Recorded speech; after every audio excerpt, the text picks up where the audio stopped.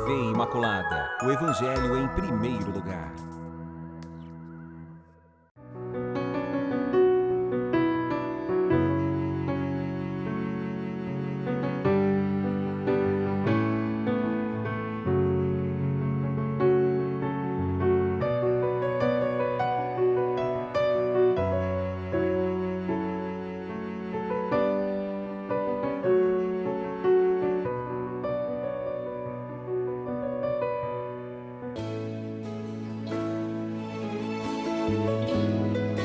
Programa Respostas, estamos aqui mais uma vez junto com vocês. Como a gente prometeu, nosso programa está de volta. Que bom que você está aí na sintonia da TV Imaculada, essa TV que traz tanta luz, tanta esperança para todos nós.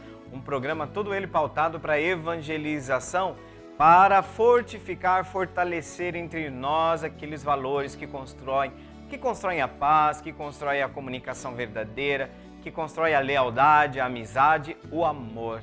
TV Imaculada volta neste sábado. Nos sábados também tem sempre a presença também deste programa, com toda uma programação especial para vocês. E o programa Respostas está aqui, a gente está na apresentação, e o Padre Adriano, exatamente para buscar iluminar o caminho de fé. Todos nós estamos caminhando, todos nós temos nossas perguntas, as questões que muitas vezes se deparam com a dificuldade para a gente fazer um discernimento pessoal. Então o programa Respostas vem aqui para ajudar o seu discernimento pessoal, para ajudar você a dar aquele passo que você está precisando, para você ter mais elementos para que você encontre aquela resposta que, segundo aquilo que você espera, contempla a verdade, contempla o amor, contempla a palavra de Deus, os seus ensinamentos e a sua luz.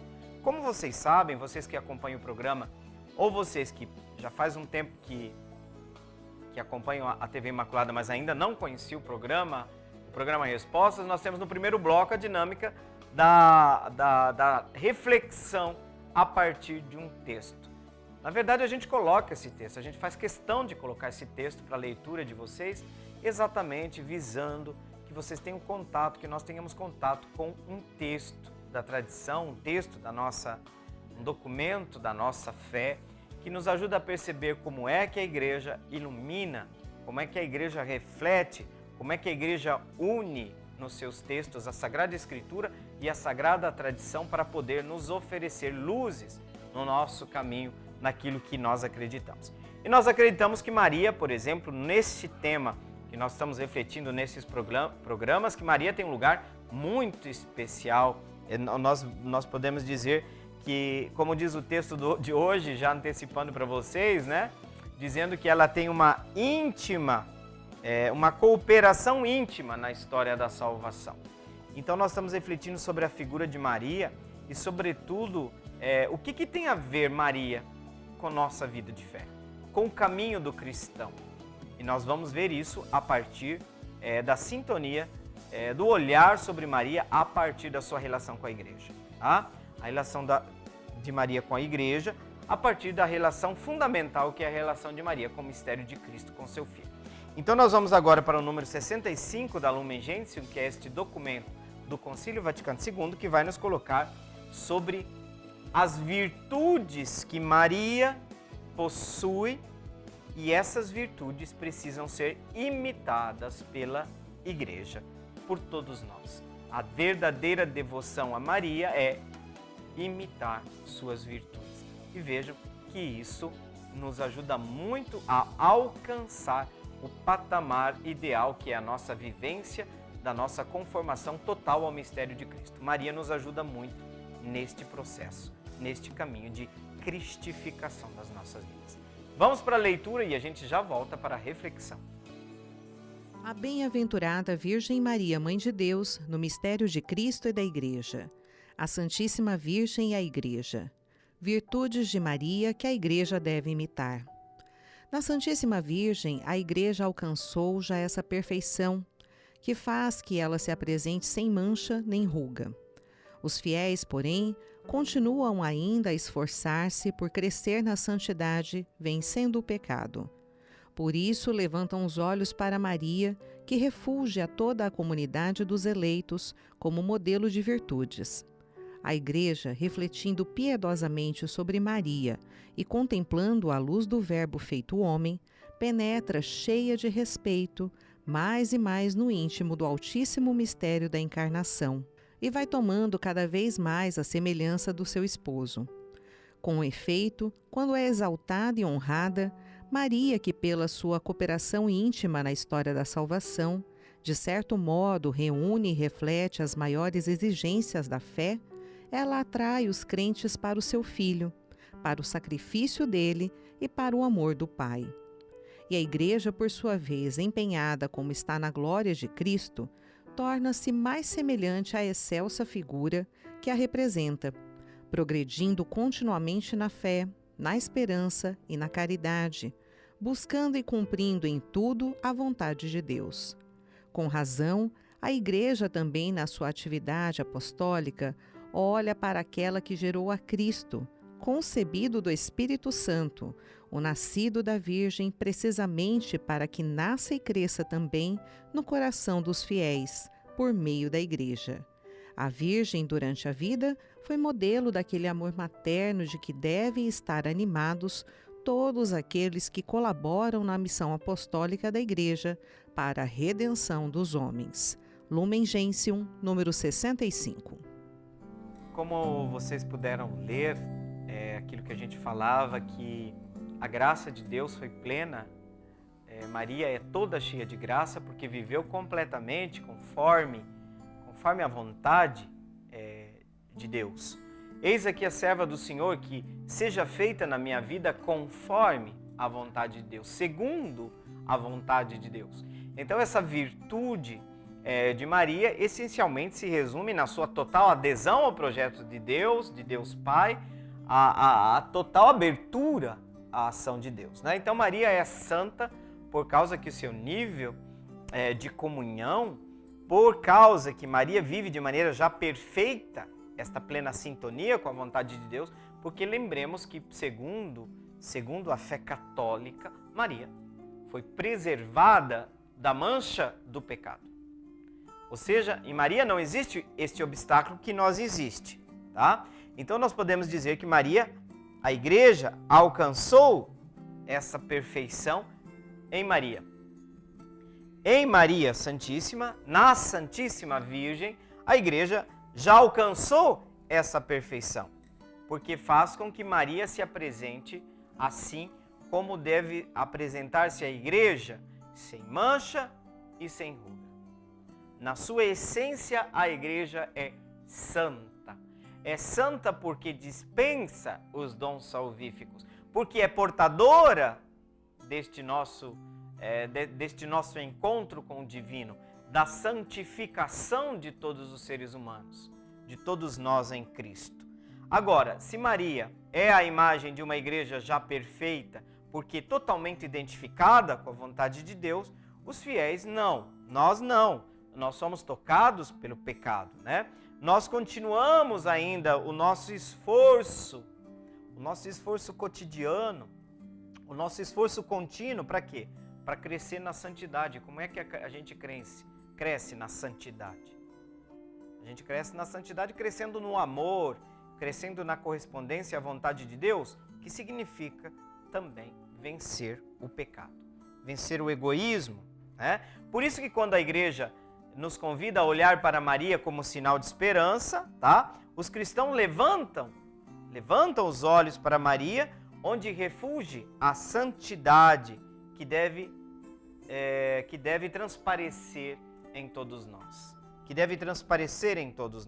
Então os cristãos levantam os olhos para Maria, que refugia toda a comunidade dos eleitos como modelo de virtudes. Vejam, Maria é colocada como modelo de virtude, sem mancha, sem ruga, sem o egoísmo, sem o mal, né? Sem esse pecado, né?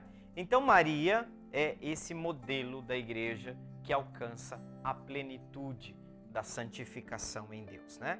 A Igreja, refletindo piedosamente sobre Maria, contempla o mistério de Maria à luz do Verbo feito homem, tem que estar sempre em relação com o mistério de Cristo. Eu já falei para vocês diversas vezes que nós olhamos Maria a partir da contemplação ou à luz do Verbo de Deus feito homem, né? A igreja respeita, é cheia de respeito, de veneração por esta mulher, né? Veja que mais e mais no íntimo do altíssimo mistério da encarnação, e a igreja vai também se encarnando, vai participando do mistério da encarnação e vai tomando cada vez mais a semelhança do seu divino esposo. Veja que a santificação da igreja, a igreja olha para Maria como a luz, o estandarte, né? Estandarte da plena realização do projeto de Deus. Então a igreja sente o ânimo para continuar seu caminho de configuração a Cristo, de semelhança ao seu divino esposo. Quem que é o divino esposo da igreja? Cristo, né? Cristo por ela se entregou, diz a palavra de Deus, né? Quando a gente exalta, quando a igreja exalta e honra Maria pela sua cooperação íntima a esse projeto de salvação, tá? Porque Maria reúne em si as maiores exigências da fé. Ela atrai os crentes para o seu Filho, para o sacrifício dele. Maria nos atrai para o amor do Pai. Veja, Maria nos atrai para seu Filho, Maria nos atrai, né, para o sacrifício dele, para a entrega dele, para o gesto sacrificial de Cristo. Também Maria nos atrai para o amor do Pai. Veja que quanto mais a gente honra, quanto mais a gente venera Maria, mais nós estamos buscando viver aquelas virtudes que nos atraem para a perfeição em Cristo. E a igreja está empenhada na glória de Cristo, né? Torna-se, olhando para Maria, seguindo o exemplo das virtudes de Maria, a própria igreja vai se tornando cada vez mais semelhante à excelsa figura que representa, né? A igreja vai o quê? Progredindo na fé, vai progredindo na esperança, a igreja vai progredindo na caridade, buscando sempre o quê? Cumprir a vontade de Deus. A igreja tem que fazer o faça-se de Maria, é modelo para o faça-se em mim da igreja. Porque a igreja tem que existe para cumprir sua missão. E essa missão precisa do sim da humanidade, né? Do sim da igreja. E veja mesmo na sua atividade apostólica, a igreja olha para aquela, né, que gerou Cristo. A igreja, veja só o que o documento diz. A igreja já no seu processo de plenificação, né, na sua atividade apostólica, olha para aquela que gerou Cristo, né, concebido do Espírito Santo e nascido da Virgem, precisamente para quê, gente? Para que nasça e cresça também nos corações dos fiéis este desejo, esta realidade. Vejam que a Virgem Maria, durante toda a sua vida, foi modelo daquele amor materno que deve estar também animando todos aqueles que colaboram na missão apostólica da igreja. Por quê? Qual que é a missão da igreja? A redenção da humanidade, a redenção dos homens. Então Maria é para nós um sinal de esperança.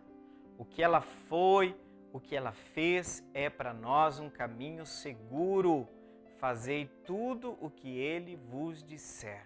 Então Maria nos atrai para o mistério de Cristo, nos cristificando. Maria nos atrai para a cruz de Cristo, também nos redimindo. Maria nos atrai para o amor do Pai, onde todo processo, onde todo projeto de salvação encontra seu fim, no sentido da sua finalidade, o seu ápice, a coroa de todo o processo de salvação se encontra na glória, quando nós seremos amados pelo Pai no Filho, né? O amor do Pai pelo Filho é transmitido também pela nossa filiação, e assim nós nos tornamos participantes da redenção plena em Cristo. Por isso que vocês estão vendo, gente, que quando a igreja fala de Maria, ela tem razões profundamente bíblicas, teológicas, na tradição da sua fé, para falar de Maria como modelo, né? Como modelo nesse sentido. Modelo de virtudes. A ladainha, a própria ladainha de Nossa Senhora, de Maria, apresenta Maria como este modelo. Então eu vejo que quem reza o terço tem que lembrar que o grande ideal da nossa vida é também viver como Maria. Significa imitar suas virtudes, significa se santificar, né? Santificar-se é correr, afastar-se daquilo que me afasta de Deus, que é o pecado, significa me aproximar do amor cuja fonte é Deus. Porque Deus Pai é o princípio total da divindade, fonte do amor eterno.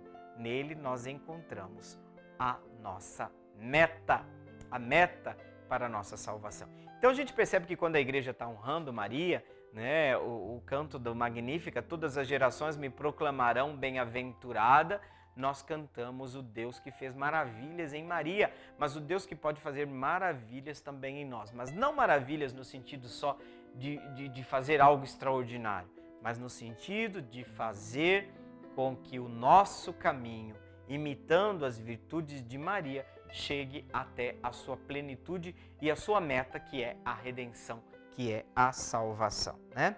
E vejam que Maria se apresenta assim como modelo de fé, né? Como modelo de esperança, como modelo de caridade. Veja que Maria, quando a palavra diz que Maria guardava todas estas coisas em seu coração, significa que Maria reserva o silêncio, muitas vezes, o silêncio talvez, por um lado, da não plena compreensão ou do não pleno entendimento de tudo que está acontecendo, por outro lado, que é o significado mais profundo dessa escuta do coração, a esperança em Deus, né? O que significa que Maria guardava essas coisas em seu coração? É como se Maria dissesse assim, eu não estou entendendo muito, mas eu confio em Deus, né? Isso não acontece na sua vida? Acontecem coisas difíceis na nossa vida, momentos muito complicados, onde a gente também é convidado a esperar contra toda esperança, como diz Paulo. O que significa? No momento e numa situação que eu não tenho esperança, é justamente nesta hora que eu reafirmo a minha confiança em Deus. E aqui, aquele dito popular que o nosso povo fala assim com muita frequência, né? Deus sabe o que faz. Vocês já perceberam que o nosso povo simples fala isso? Deus sabe o que faz. Deus sabe o que faz. Então, às vezes, quando vem situações muito complicadas na nossa vida, a gente fala, meu Deus, eu não estou entendendo não, mas eu sei que o Senhor sabe o que faz. Então, veja que Maria é esse sinal de esperança. De caridade também, né? Recebeu lá o sinal, o aviso do anjo, você é a mãe do Salvador. O que Maria fez? Foi lá e se fechou para que a gravidez fosse bem segura, né? Imagina, não posso perder o Filho de Deus? Não, partiu apressadamente para uma região montanhosa para ajudar sua prima Isabel, que concebeu o filho na velhice. Vejam, exemplo de caridade também, né? São poucas as passagens sobre Maria na Bíblia e a tradição nos contemplou com muitos outros grandes textos sobre Maria, mas Maria também refúgio para nós como virtude ligada ao amor, a preocupação com o outro, né? A preocupação com a prima que vai ter um filho na velhice. Você imagina uma mulher que tem um filho na juventude, já não é muito fácil. Agora você imagina uma senhora idosa, né? Uma senhora idosa. Então Maria é também o exemplo do amor. E a fé, né, gente? Não precisa nem dizer nada, né? A mulher que acreditou.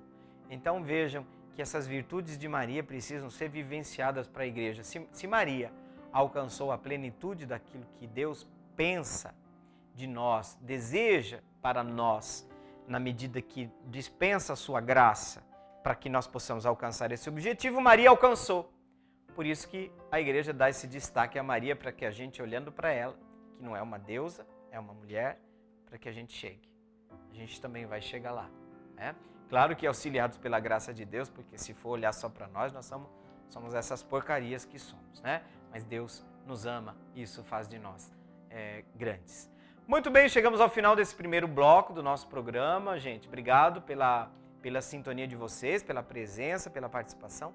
E continua aí. Nós vamos para o intervalo e já voltamos, porque nós vamos começar o segundo bloco com as perguntas. Até já.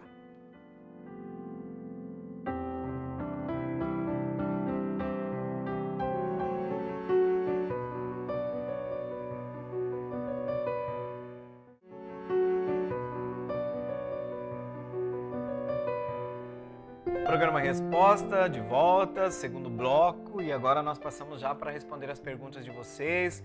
Nós vamos disponibilizar também o número do telefone, que vocês podem mandar as perguntas de vocês, 3349-1015, e também o número do celular, também 993470532. Então nós aguardamos também as perguntas que vocês nos enviam, e assim a gente vai. Esse programa busca muito interagir também com vocês que estão aí em casa, por isso que é importante a participação e as considerações de vocês. Falando em consideração, nós vamos já para a primeira pergunta, que é a pergunta da Valdenice Castilho. Valdenice Castilho começa fazendo sua consideração, desejando um feliz ano novo. Padre, olha, estamos aí em janeiro ainda, né, Valdenice? Feliz ano novo, um ano novo abençoado, um ano novo cheio de bênçãos, e que você e todos nós possamos vencer os desafios, crescer na fé, amadurecer, virar mais gente, mais humano e mais santo, né? As duas coisas têm que ir junto, né, Valdenice? Muito obrigado, viu, pela saudação que eu retribuo com muito afeto e carinho. Gosto muito do seu programa. Ô, Valdenice, que coisa boa, né? A gente está começando os primeiros programas desse novo ano e é bom receber um carinho, um afeto, um afago.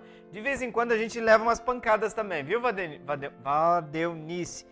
Valdenice, eu estava falando Valdenice, desculpa, mas está escrito Valdenice. É isso mesmo, tá? Que está escrito aqui, eu espero que seja. Se for Valdenice, perdoa a gente aí, pode acontecer, tá?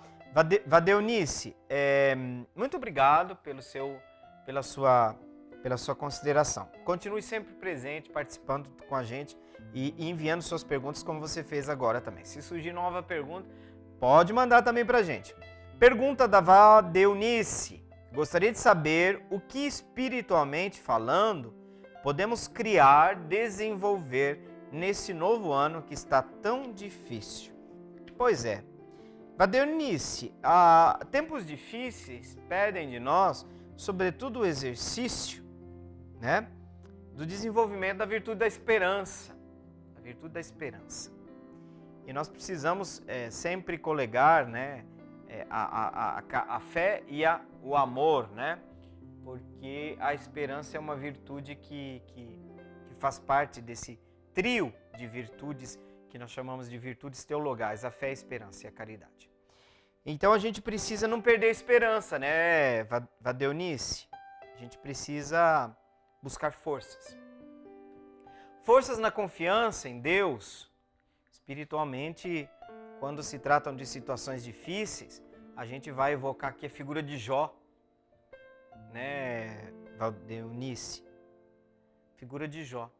É uma figura simbólica, é uma figura que nos traz muitos ensinamentos no contexto de dificuldade. Haja vista que Jó começou a passar por uma situação que sua vida foi praticamente destruída do dia para a noite. Jó viveu nos tempos difíceis, viveu tempos muito difíceis na sua vida e permaneceu fiel. O que é permanecer fiel em tempos difíceis?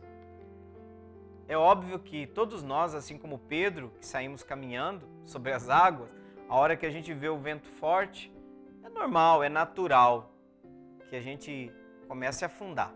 Começa a afundar e aí a gente grita, Senhor, salva-me. Por que eu peço para o Senhor me salvar? Primeiro, porque eu confio que Ele pode me salvar. Que só Ele pode nos tirar do buraco. Isso por quê? Porque Ele nos ama. Porque Ele nos ama. Porque Ele tem o poder para isso e porque Ele nos ama.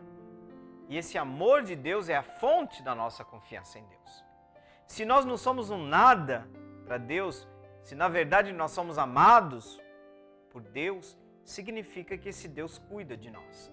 E não é só o fato de olhar para o poder de Deus, mas confiar no seu amor. Confiar no seu amor. Então Jó, é para nós um modelo de virtude de quem, diante das adversidades da vida, não deixa a peteca cair, né, Vadeunice? Não se deixa abalar profundamente. Porque tristeza vem, medo vem, tá? Eu lembro aqui do episódio que foi evocado pelo Papa Francisco, inclusive proclamado, o Evangelho da Tempestade Acalmada, naquele dia em que Papa Francisco entra numa Praça São Pedro completamente vazia. Quem de nós não se lembra desse momento, momento muito forte para todos nós cristãos? O Papa Francisco citou exatamente, proclamou o Evangelho da Tempestade Acalmada. Então, espiritualmente, eu penso assim que, Vadeunice, a gente tem que olhar para a figura de Jó, olhar para esse episódio da Tempestade Acalmada. Por quê? Porque o Senhor acalma as tempestades. Mas, vamos dizer a verdade, não evita que elas venham. Aí, a tempestade estava ali no auge, né?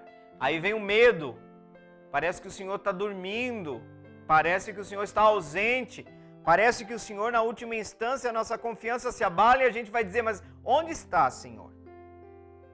Onde está o seu amor por nós? E aí, gente, a confiança se abala, e a gente começa a tremer na base, como a gente costuma dizer, né? A gente costuma tremer na base. Então vem o medo, vem, gente. Só não pode cair no desespero. O que é o desespero? Se a virtude da esperança é o auge, o desespero é o exato contrário. A pessoa desesperada perdeu toda a esperança. Vocês sabem que aquele autor da Divina Comédia, o Dante, o seu principal personagem passava para visitar o céu, o purgatório e o inferno. Vocês lembram o que foi que quando esse personagem chega na porta do inferno, o umbral, né? Eu não sei se chama umbral, acho que é umbral, né? Da porta. Tem um outro nome agora aqui que eu estou tentando lembrar, mas de qualquer forma, o umbral da porta do inferno tinha uma coisa escrita que é muito interessante. Abandone aqui toda a sua esperança. Tem gente que vai traduzir, deixe, abandone aqui toda a esperança. Essa é a porta do inferno de Dante. Deixe aqui toda a sua esperança. Significa que a pessoa, quando abandona-se ao desespero, ele faz a experiência do inferno. Ou seja, não tem nada para segurar as pontas, não tem ninguém para me salvar, desespero. Tá? E aqui o convite da virtude da esperança, num tempo onde nós aparentemente parece que as trevas estão dominando, que parece que a morte qualquer hora pode bater na porta, pode levar um familiar, pode levar esse medo, toda essa tempestade. O cristão permanece firme. Firme não no sentido de que está alheio a tudo isso, porque o cristão não pode entender estar firme como negacionismo, né? O negacionismo, tem gente que banaliza a pandemia, tem gente que banaliza o mal, que banaliza o que está acontecendo. Não é isso que o Papa tem nos ensinado, não é isso que a igreja nos pede. Isso aí são motivações de outra ordem. O cristão não nega o problema, tá? Enfrenta o problema, mas a gente não vai enfrentar o problema negando. Tá? Ninguém vai enfrentar o problema negando. Não existe o problema vai continuar ali, vai continuar matando. Então não é solução inventar que o problema não existe, adocicar as coisas. Não, a vida real é difícil, gente. A vida real dói. Então, não se enfrenta problema, Vadeunice, fingindo que ele não existe. Ele existe, está ali, a bater na nossa cara. Então, como enfrentar esse real espiritualmente? Nos fortalecendo com a confiança em Deus, nos fortalecendo com a certeza de que Deus nos ama. Aí nós vamos precisar da oração, nós vamos precisar da solidariedade, de desenvolver em nós a faculdade de ser mais solidário, porque Deus também age através de nós, né? através de nós, através da solidariedade. Então eu penso, Vadeonice, que é um tempo de unir, de nós nos unirmos, de nós acreditarmos realmente que Deus está cuidando de nós, de nós acreditarmos nesse amor e na necessidade de nos unirmos, né? De nos unirmos em torno de um objetivo comum, que é realmente afrontar esse período, tá? Por quê? Porque o desespero não vai ajudar em nada. O desespero não é a solução. Eu falo assim, se sair gritando pela rua que nem um louco, chorando, resolvesse, eu sou o primeiro da fila, vamos começar a gritar todo mundo agora e vamos se desesperar. Não resolve também, né? Então a gente precisa dessa confiança em Deus, apesar de que nos deixamos abalar, apesar de que às vezes a gente cai, né? Cristo caiu uma vez, duas vezes, carregando a sua cruz, nós também, às vezes, o peso da cruz, e a gente, o que a gente não pode dizer? Não, eu não fui feito para o chão. Eu não fui feito para o chão. Então vamos levantar, né? É igual quando você está ensinando o filho. Filho, às vezes, tem que cair. Eu vejo lá em casa, né? Quando tá a minha sobrinha Ágata, não pode cair, que a avó já está ali cuidando. Aí tem a mãe que está dizendo, não, ela tem que aprender, deixa ela cair. Está aprendendo a gatinhar, ela precisa cair. Ela sozinha precisa, né? Nesse sentido, para dizer que a gente cai mesmo. E a gente precisa buscar essas forças, né? As situações adversas criam grandes homens, grandes mulheres, grandes pessoas. Existem pessoas que foram lapidadas pelo sofrimento. Não é que a gente deseja o sofrimento, não, viu, gente? Mas tem gente que nessa pandemia mostrou o seu melhor. Criativos, né? Professores que, meu Deus do céu, não sabia nem lidar com vídeo aula. Eu conheço porque é uma área que eu trabalho, né? Tantos professores que com criatividade, apesar de todas as dificuldades, professor de cabelo branco, que nem sabe usar muito essas redes sociais, essas dinâmicas todas, foram lá e inventaram. Veja, agora tem gente que infelizmente, diante de uma situação de desespero, mostra o seu pior. Também tem gente que a mesquinhez dela vem à máxima, se mostra a máxima potência. Então é um tempo de muita confiança em Deus, Vadeonice, mas é um tempo também de fazer a nossa parte. Qual que é a nossa parte? Levantar. Filho, caiu? Tem problema não, faz parte da vida. Ralou o joelho? Sem problema. Quando você olhar para o joelho, você vai lembrar que você caiu e você levantou. Então significa o quê? Caiu, já sabe que o próximo passo é levantar. Né, filho? Você fala assim para o filho. Você caiu, filho? O próximo passo é levantar. Caiu, filha? O próximo passo é levantar. Assim como acontece na nossa vida cotidiana.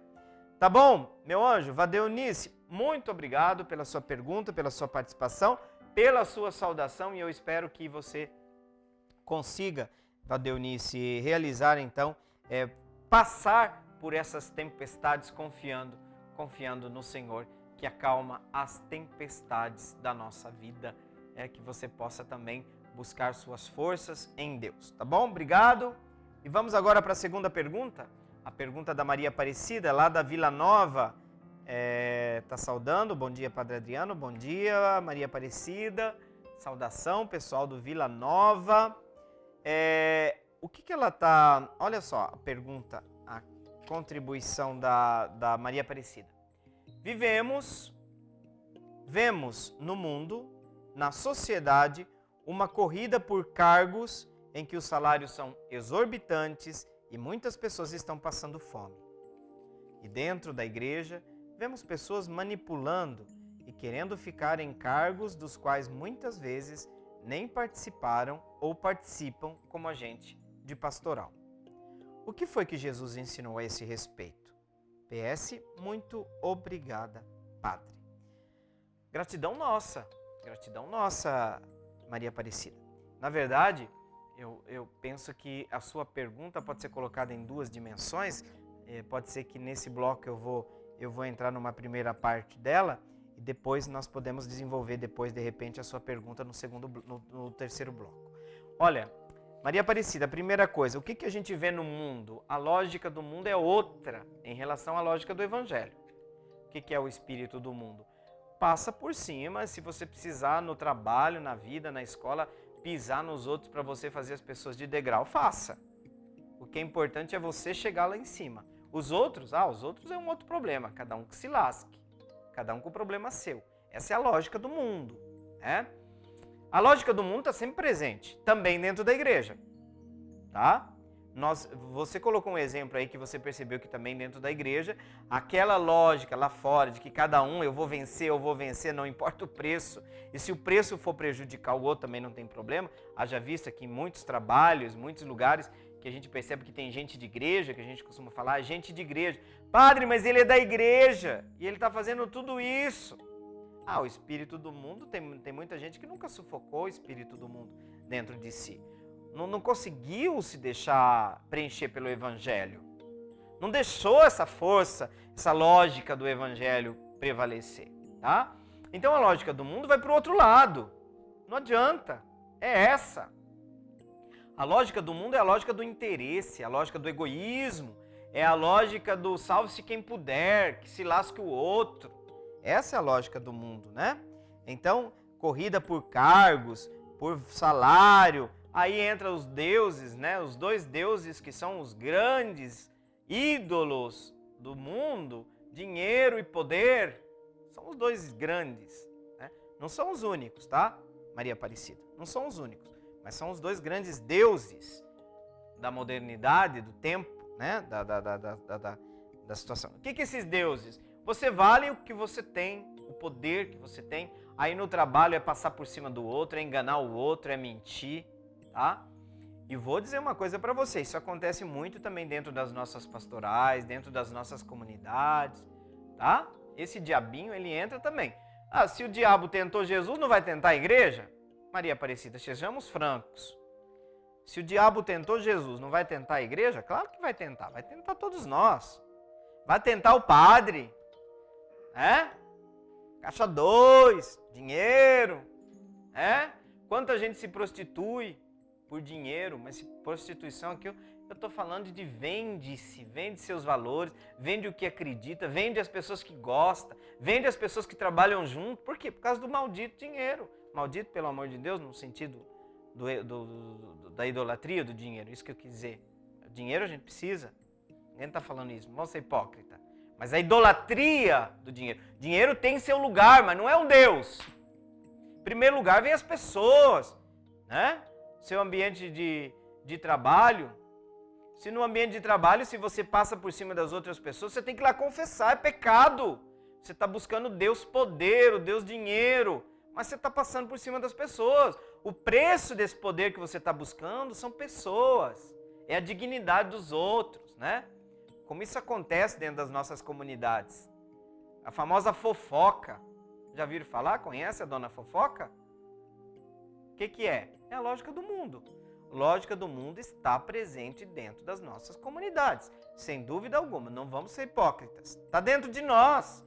Joio e trigo, Maria Aparecida. Vamos falar da Bíblia? Joio e trigo, está dentro de mim, está dentro de você. Então, é perigoso sim, muitas vezes, a lógica do mundo é entrar dentro das nossas comunidades. Pessoas que estão querendo cargo dentro da comunidade, quer ser presidente do conselho, reclama do padre, mas quer mandar, né? Porque a lógica que está se repetindo. O padre é o mandão, é o dono, é o rei. Então agora eu estou nesse cargo, agora eu sou ministro, entendeu? Mas muitas vezes o mau exemplo vem de cima, viu, Maria Aparecida? Uma pena, viu? É uma pena. Porque o tal do poder, busca de poder, destruiu muitas das nossas comunidades. Tem pessoas que saíram da igreja muito feridas por isso. Então a gente não pode deixar o espírito do mundo dominar a vida das nossas comunidades, né? De gente que está buscando cargo, de gente que está buscando prestígio. Eu falo sempre para as pessoas, gente, quem quer reconhecimento vai para o IML, né? Isso aí eu peguei nas redes sociais e eu fico repetindo agora que nem um bobo, né? Mas eu gostei desse negócio, né? Você quer reconhecimento? Vai para o IML, lá tem o reconhecimento do corpo, né? O padre falou tanto aqui agora que já chegou o intervalo. Mas vamos ficar com essa história do IML. Quer reconhecimento? Mas, né? Essa história do IML aí. Gente, vamos para o intervalo, mas eu vou voltar a Maria Aparecida, porque eu vou fazer uma ponte com uma outra questão que é importante na nossa vida, sobretudo na nossa vida comunitária. Vamos para o intervalo e já voltamos.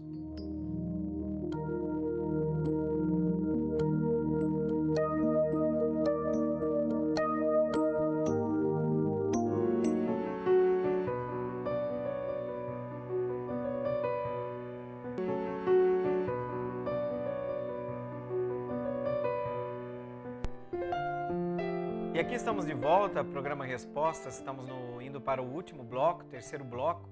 Eu estava respondendo no final do bloco anterior a pergunta da Maria Aparecida, que ela diz que o que ela vê no mundo, muitas vezes, a busca por cargos, por dinheiro, por poder, essa mesma dinâmica se reflete dentro de algumas comunidades. Ela está falando provavelmente dentro da sua comunidade, ela fala de gente manipulando, querendo ficar em cargos dos quais muitas vezes nem participaram, né, como a gente. E a gente percebe, eu falei ali na resposta que eu dei que eu estava dando, e eu vou continuar agora com a Maria Aparecida, falando que o espírito do mundo muitas vezes está dentro das comunidades. Joio e trigo está dentro de nós todos. E a gente precisa vigiar. Quando a palavra de Deus fala para vigiar, em primeiro lugar, não é a vida dos outros, não é a vida do vizinho, é a própria vida. Vigiar para ver se nós estamos com as lâmpadas acesas, se nós estamos no caminho de Deus, se a nossa vida está se conformando com a vontade de Deus. O que foi que Jesus ensinou a esse respeito? O exato contrário, né, Maria Aparecida? Inúmeras passagens bíblicas mostram que Jesus viveu e ensinou o contrário, porque ele não só... E viram que Jesus ensina com autoridade, não como os fariseus. Então Jesus falou, eu não vim para ser servido, eu vim para servir. Quem é o mais importante? Aquele que está servindo ou aquele que serve? Então a igreja não é uma questão de poder, é uma questão de serviço.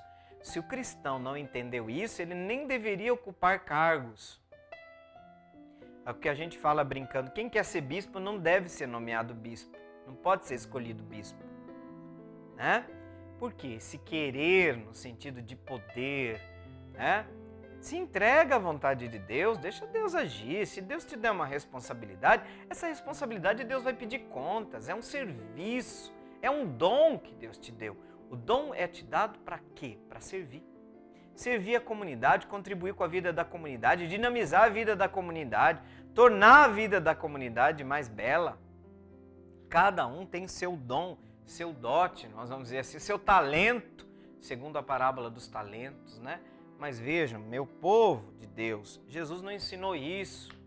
Carreirismo eclesiástico, que é uma coisa, para falar de uma coisa muito presente dentro do clero, porque, infelizmente, Maria Aparecida, isso que você fala de ver gente querendo, não existe só dentro da comunidade, existe dentro do clero.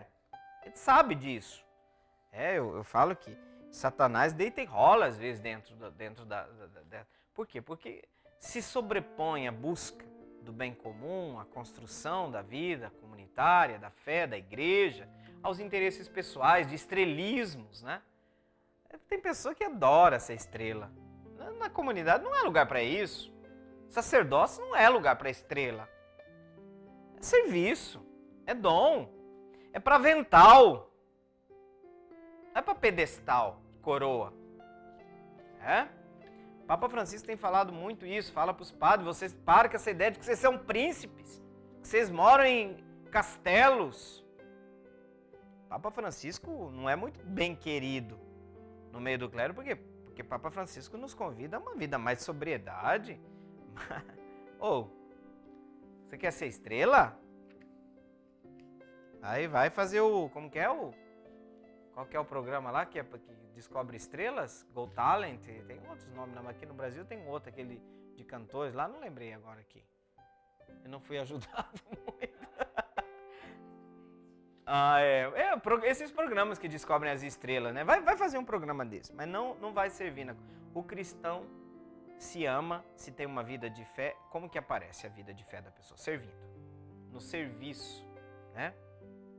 Eu já encontrei pessoas, por exemplo, que fizeram acampamento, que falaram, padre, eu nunca tinha pensado na dimensão do serviço na vida. É uma dimensão existencial do cristão, faz parte da vida do cristão o servir, o servir. E aí, nós temos um longo caminho a percorrer ainda, Maria Aparecida, tá? um longo caminho a percorrer. Agora, a gente precisa entender e diferenciar também, às vezes, Maria Aparecida, dentro das comunidades também tem muito ciúme. Às vezes uma pessoa começa a fazer as coisas, é assim, ninguém faz. Aí quando vai um fazer, todo mundo metralha o coitado. Calma, também tem esse outro lado, Maria Aparecida. A situação é complexa, né? A gente fazer um julgamento é complicado, mas eu concordo com você que o Espírito de Cristo precisa estar, esse Cristo que serve, o Cristo servidor, o Cristo que se dispõe, deve estar presente em todos nós. Eu sempre falo para os meninos, os seminaristas, né? O diaconato não é apagado depois que você vira sacerdote, que você viva padre. Se acrescenta, mas não se exclui a fase anterior. Então, a dimensão diaconal é uma dimensão existencial para quem se diz cristão. Tá? A diaconia, o serviço. Tá? O serviço é algo estrutural da nossa vida. Temos uma pergunta sem identificação, é a última pergunta praticamente desse nosso bloco. Qual o significado da missa de sétimo dia e por que ela é importante?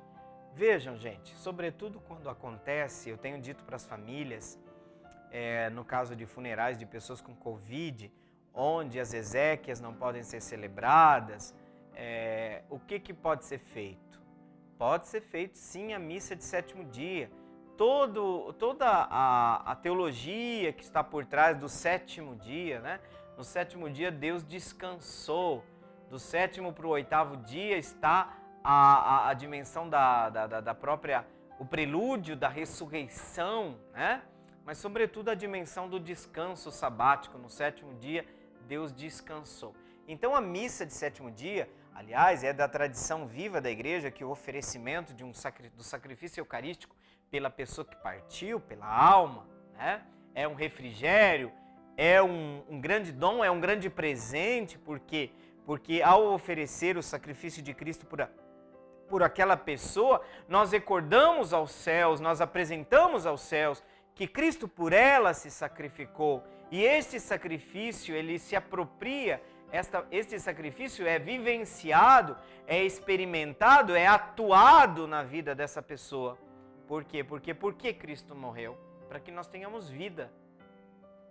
Se Cristo morreu para que nós tenhamos vida, o oferecimento do sacrifício de Cristo é para esta pessoa, para esta alma, uma salvação, uma glorificação, um dom, uma graça que antecipa a graça das graças, que será a ressurreição final, a vida eterna, a entrega onde Cristo depois entregará todo mundo a Deus Pai. Então o significado da missa de sétimo dia é revestido de valor bíblico, teológico, de valor na tradição. Também é um momento, 7 dias, a família, o coração, é consolador também, humanamente falando, antropologicamente falando. A missa de sétimo dia é importantíssima, o coração ainda está doendo, já estão começando aqueles primeiros dias da ausência, que é difícil, porque a dor não termina quando sepulta a pessoa. A dor continua nesses dias de primeira ausência, de tentar ressignificar, né, o que aconteceu. Uma vida que agora não tem mais a presença física daquela pessoa. Então veja que o sétimo dia também é importante para o quê? Para o consolo. É um momento onde se reforça o consolo, o nome da pessoa querida que partiu é dito, é celebrado. E eu digo que as nossas comunidades teriam que valorizar muito mais, né? Teriam que aproveitar desse momento em que o coração das ovelhas está ferido pela partida. Muitas vezes a gente só fala um nome lá de uma pessoa, mas não tem, né? Não tem ninguém da comunidade, um ministro, um agente de pastoral que vai lá, que vai dar um abraço, que vai perguntar como foi, o que aconteceu. Não basta dizer o nome, tá? Embora para o ato celebrativo, o que basta essencialmente é a intenção do sacerdote de celebrar o sacrifício na intenção da igreja, por aquela intenção, né? Então veja, essa é a dinâmica. Ainda que o nome não seja dito, a intenção da igreja, que passa pela intenção do presidente da celebração, de realizar este sacrifício em nome, né, por esta pessoa é o que conta neste sentido. Mas tem um lado humano que eu estou falando para vocês agora, o aspecto antropológico. 7 dias ainda, a família está com a dor, está aprendendo a conviver com a nova fase da vida, porque é uma nova fase, existe um novo, aquele ente querido, ele é ressignificado, o seu modo de presença, então precisa muito de uma pastoral da esperança que ajude o nosso povo, as nossas famílias enlutadas. Sobretudo num tempo desse, gente. O tempo dessa pandemia, o tempo de tantos lutos. Eu falava esses dias, né, num dos programas que nós estamos vivendo, um tempo difícil, né? Um tempo onde a gente abre o Facebook e já está lá, luto, né? Não todo mundo por Covid, a maioria com certeza sim, mas isso tudo pede de nós uma atitude de ânimo, de esperança para as nossas comunidades, tá? Então a missa de 7º dia tem um significado teológico, bíblico, importantíssimo, o oferecimento do sacrifício da Santa Missa, do sacrifício de Cristo por aqueles que morreram, para que no Cristo possam ressuscitar, é algo muito antigo na história da igreja. Muito antigo, né? E todas essas dimensões que eu coloquei para vocês, da missa de 7º dia, é uma homenagem também para quem foi. É claro que não é hora de ficar fazendo grandes discursos, grandes elogios, os chamados elogios fúnebres, onde a pessoa era praticamente canonizada. Não se trata disso. Se trata de um ato de fé. A dor está presente, mas a luz da esperança também. Então veja que essas duas dimensões são vivenciadas na missa de 7º dia. A dimensão da dor, da ausência, se pede por um lado o consolo dos familiares, por outro lado se pede o que, gente? Se pede pela alma, pela pessoa, né, que partiu. Porque o que a gente pode oferecer que chega do outro lado? Os dons espirituais, os dons das graças, os dons da fé, o dom da salvação em Deus. E não existe presente melhor do que oferecer o ato de sacrifício de Cristo. Por quê? Por que Cristo morreu? Para que nós tenhamos vida. Para que não seja um túmulo frio, uma pedra fria de cimento, a destruir tudo, acabar com tudo e dizer que tudo ali terminou. Então, é uma questão muito forte do renascimento da esperança. De não deixar os corações subjugados pela força da dor. Lembra que eu falei para vocês? A dor está ali presente, não adianta. Mas o cristão não perde a dimensão da esperança, né? Não perde a dimensão da esperança. E eu vejo que muitas dioceses, muitas pastorais têm essa preocupação, e agora eu acredito que a igreja precisaria... nós padres falhamos muito em correlação à pastoral da esperança, a pastoral do luto, né? Desse momento em que as famílias precisam superar a crise de fé. É normal, depois de uma partida repentina, ou de alguém que morreu de maneira trágica, ou jovem, todas essas questões trazem grandes problemas à própria fé. Por quê? Então, nessa fase, as pessoas precisam ser acompanhadas, as pessoas precisam ser iluminadas pela fé. Para quê? Para não cair no desespero, aquilo que eu falava para vocês. O desespero é o adoecimento, né? É o câncer da virtude da esperança, o exato contrário desta virtude na nossa vida. Aí você cai no desespero, a tristeza vai tomando conta, e quando a gente menos percebe, a nossa crise de fé torna-se uma profissão do ateísmo, né? Do não crer mais, do não acreditar mais.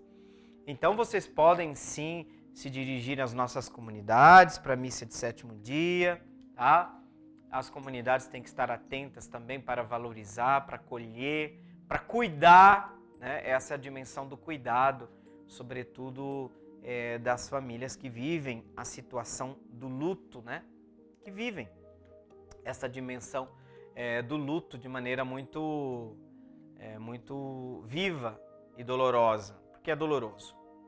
Sem dúvida alguma, é uma dor que dói na alma. A gente sabe o quanto isso custa, porque parte de nós parece que vai Eu tenho dito que quando eu perdi dia de finados, o meu irmão, eu falo que uma parte de mim também se foi. E a gente experiencia isso, não é uma dor que você não sabe onde, não é como uma dor física que você identifica o lugar e você tem um remédio. O remédio é uma fórmula que junta tempo, que junta fé, que junta confiança em Deus. É uma fórmula que faz uma junção de diversas medicinas, de diversos remédios para a gente continuar a vida, continuar retomando a esperança, continuar o caminho, né? Então, vocês podem, eu incentivo muito as pessoas a oferecer, a apresentar o pedido de missa de 7º dia, tá? Porque isso é por esses motivos teológicos que eu falei para vocês, o sacrifício redentor de Cristo se associa à morte daquela pessoa concreta, e se com Cristo nós morreremos, nele nós viveremos. Então, toda a Santa Missa e outra. Qual é o presente? O que a gente pode oferecer para quem já foi? Somente os dons que unem o céu e a terra. E esses dons não são de ordem natural mais, não são de ordem física, não são mais, porque não estão mais nesta dimensão do mundo físico. Então, esses são os grandes dons que a gente pode oferecer, o sacrifício redentor de Cristo, né? Muito bem, e nós estamos chegando ao final do nosso programa, falando neste tempo de pandemia, de tanto medo, pedindo a Deus que nos ajude, sobretudo nossas autoridades, para que encontrem o mais rápido possível a mediação da solução desse problema, da vacina, enfim. Mas enquanto estamos vivendo essa dimensão do luto, é muito importante que nossas comunidades se preparem para serem colo, né? Colo que consola, deem palavra que renasça, que faça renascer a esperança. Todos nós estamos precisando muito, muito disso, né? Então, o nosso caminho, nossa fé serve também essencialmente para esses momentos onde nossa esperança parece sucumbir ao peso da dor pela partida de alguém que nós amamos. Então é isso, nós precisamos continuar acreditando, continuar perseverar na nossa fé, exatamente por isso que a missa de 7º dia traz muita esperança para nós. Então nós vamos agora para o final do nosso programa, porque chegou o momento do encerramento deste 3º bloco, que eu quero pedir, solicitar, suplicar a Deus a bênção sobre todos nós, por intercessão de Maria Imaculada, assim invocada por São Maximiliano Maria Kolbe. Que esta bênção de Deus, renove a sua esperança, sua fé e fortaleça na caridade. Pela intercessão da Virgem Imaculada, abençoe-vos Deus Todo-Poderoso, Pai e Filho, Espírito Santo. Amém. Muito bem, o programa Respostas fica por aqui, nosso abraço e a promessa de um reencontro no próximo sábado, aqui pela TV Imaculada. Fiquem com Deus e até lá! Meu coração é para ti, Senhor. Meu coração é para ti, Senhor. Meu coração é para ti, Senhor. Meu coração é para ti.